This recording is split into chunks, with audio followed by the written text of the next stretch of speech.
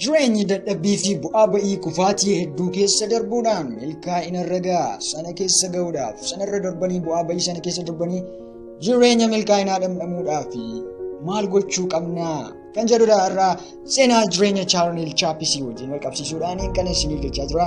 Har'a seenaa jireenya Charnel Chappis gadi fageenyaan ilaalla. Charnel Chappis nama akkamii ture?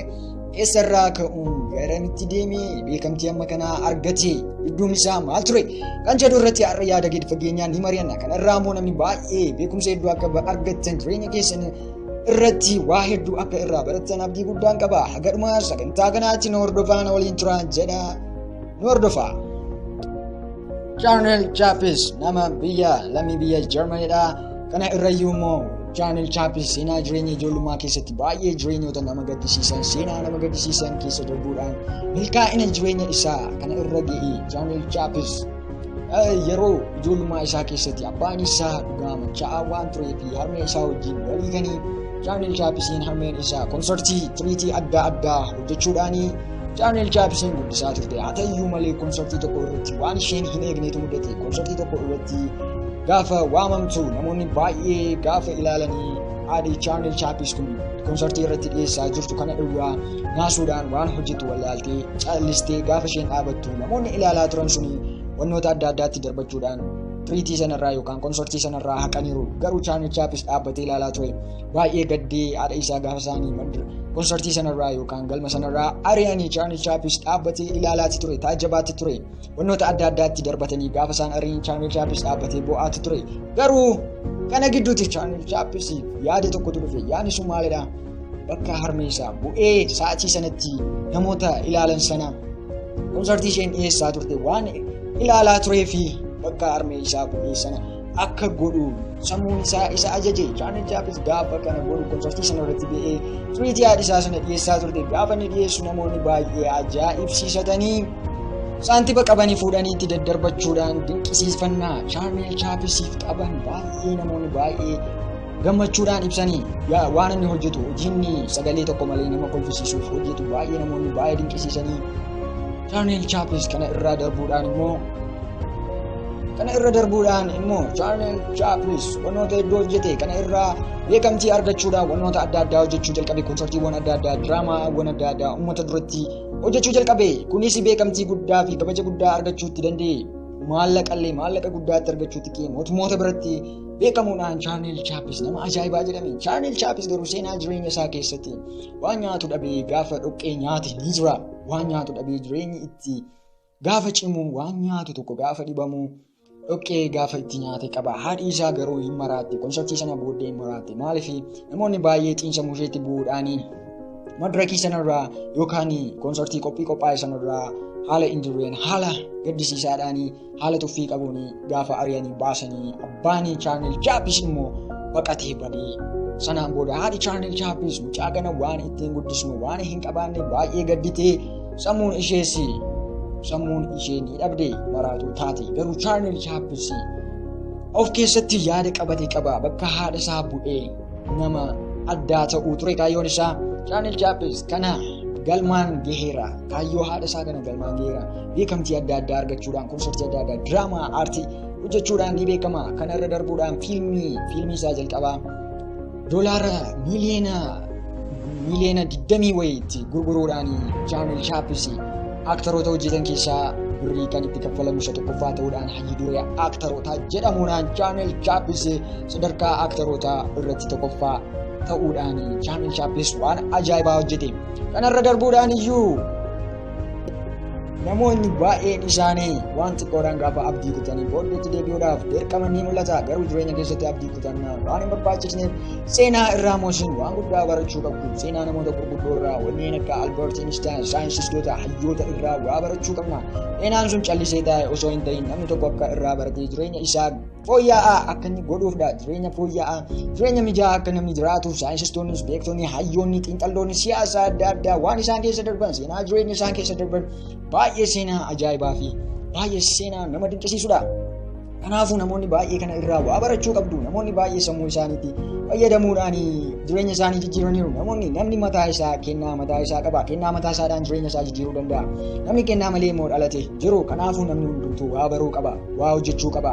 Sammuu isaatti fayyadamuudhaan waa tokko uumuu qaba. Ani maalidha jedhee of ilaaluudhaan kennaa isaa isa sana baasuu qaba. Kennaa keessa isaa jiru sana gara alaatti baasuudhaan namaanis ofis fayyadee addunyaafis waa buusee darbuu qaba. Namni kun kan addunyaa kanarra dhufe callisee osoo hin taane waa tokko buusee addunyaa kana guddisee ofiisaas lubbuusaaf fooniisaafis of jijjiiree akka darbuufdha.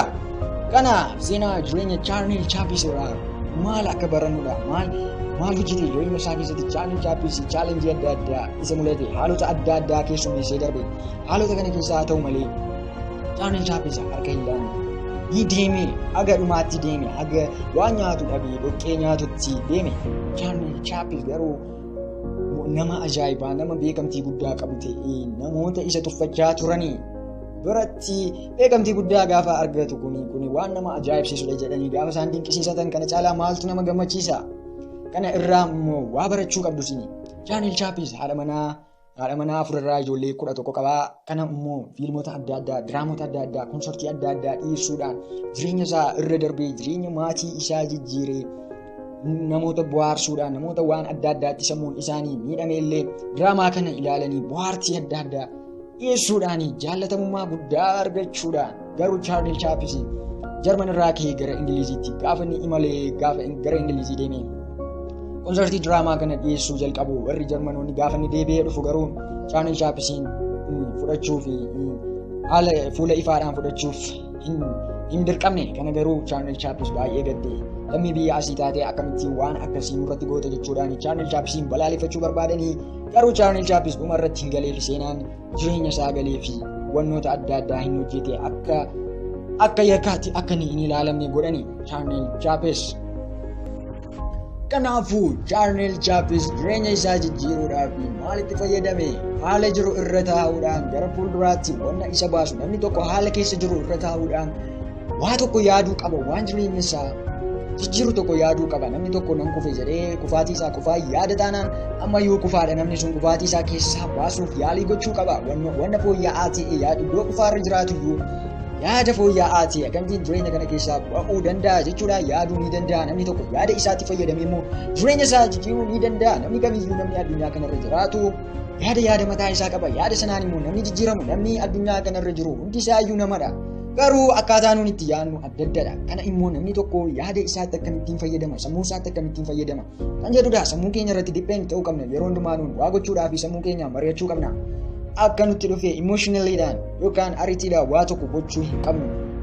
Seenaa jireenya baay'ee seenaa namoota jireenya keessan jijjiiran qabadhee nan dhufa'anii kana immoo akka jireenya keessan jijjiirtaniifidha. Gara milkaa'inaatti jireenya keessan akka geessitaniifidha. Wanti hin danda'amne tokkoyyuu akka hin jirre akka amantaniifdha. Kanaafuu namni hundumtuu yaada tokkoon dhaabbatee hojjechuu qaba. Waan addunyaa kanarraa hin danda'amne tokkoyyuu akka hin jirre agarsiisuu qaba. Namni of tuffachuu hin qabu. Namni gaafa of tuffachuutti ka'edha kan jireenya isaa dhaabate jechuudha. Namni ati of tuffatta taanaan jireenyi kee akka dhaabate baruun barbaachisaadha. Kanaafuu ofii fi iddoo gahaa ofii laachuu ani nama gahaadha jedhanii sammuu ofitti amananii jiraachuu immoo ofitti amanamummaan nu laata. Ofitti amanamummaan sun immoo milkaa'ina jireenya keenya keessatti iddoo guddaa qaba.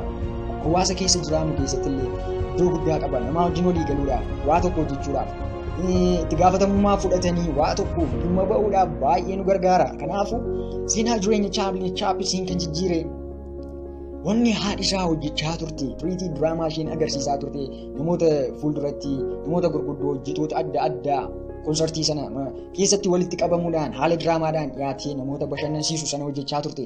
Garuu Charnel Chappis sana irraa waa barate akkamittiin bakka haadha koo bu'ee wanna kana hojjechuu danda'a jechuudhaan sammuu isaa amansiise. Ni hojjetes ni milkeesses. Kaayyoo haadha isaa karaatti hin deebisne hojjetee warroota isa tuffatan lafa ilaalchise.